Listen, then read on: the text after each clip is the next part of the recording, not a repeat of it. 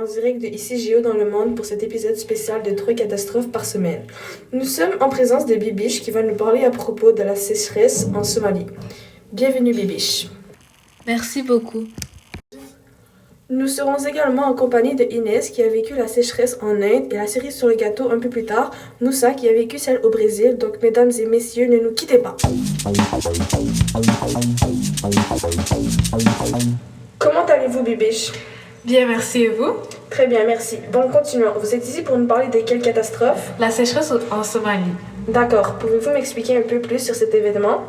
Celui-ci est arrivé en 2016 jusqu'en 2017. J'étais âgée de 24 ans.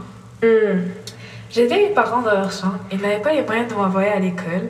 L'agriculture y est très difficile à cause du climat désertique et la peine qu'on cultivait servait à nous nourrir.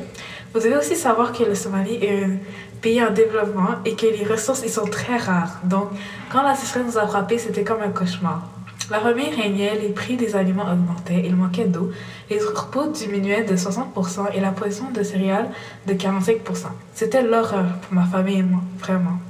Waouh, c'est incroyable tout ça. Sinon, dites-moi Bibiche, Oui?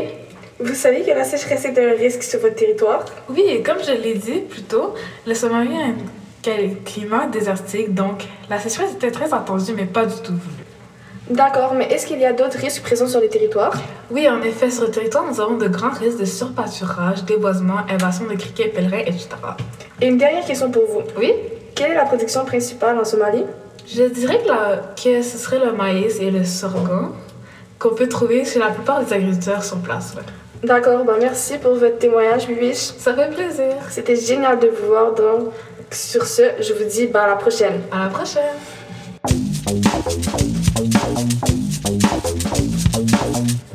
Voici un récit rempli de surprises. À l'attente de notre prochain invité, je vous mets nos fameuses questions de fans. Bonjour.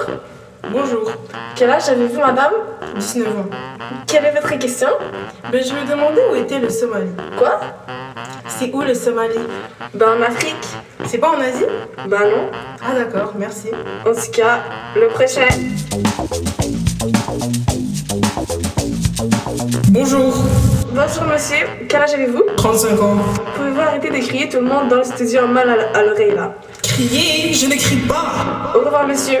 Non, attendez, j'ai une guette. Bon, je crois que madame Inès nous attend, donc ça suffit pour nos questions.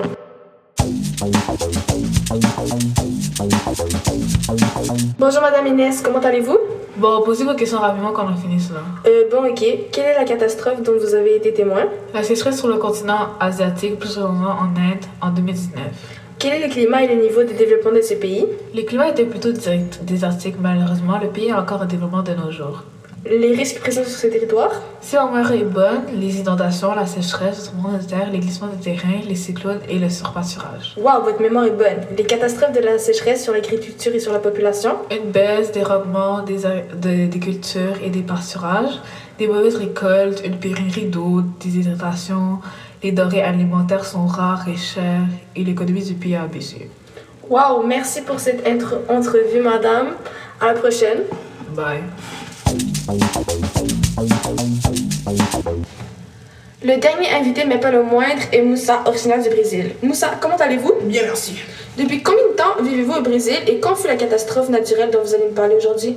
Pour ceux qui ne le savent pas, le Brésil est en Amérique du Sud et j'y habite depuis 6 ans déjà. Aujourd'hui, je vais vous parler de la sécheresse qu'il y a eu en 2021, donc pas si longtemps que cela. Quel était ton quotidien pendant la catastrophe?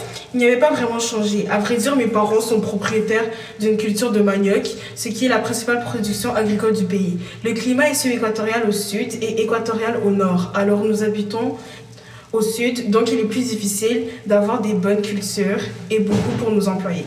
Je comprends. Dites-nous, quels étaient les risques naturels et artificiels dans la région où vous demeurez? J'ai été témoin de plusieurs risques naturels comme la sécheresse, le feu de forêt et malgré la température, des inondations. Quels ont été les inconvénients de la sécheresse sur votre culture? Cela a affecté une grande partie de notre production agricole. Cela a aussi baissé des rendements agricoles et la détérioration de la qualité des récoltes. Et que furent les conséquences sur la population? Il y a eu des problèmes d'approvisionnement en électricité. Cela a aussi affecté le fonctionnement du secteur hydroélectrique, menacé des cultures et élevages, ce qui ont créé des famines. Mes parents ont aussi beaucoup eu de mal à payer nos employés du fait du manque de revenus. Merci Moussa!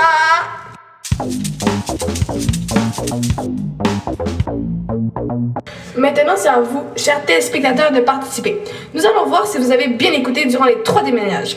Veuillez nommer des ressemblances et différences entre les 3 lieux touchés. Les 3 pays sont en développement? Oui, bravo. Maintenant, une deuxième personne. Les 3 ont vécu dans leur famille? Je vois que vous avez très bien écouté. Et une dernière? Les 3 productions agricoles sont pareilles? En fait, leur production agricole irait dans la catégorie des différences puisqu'elles sont totalement différentes.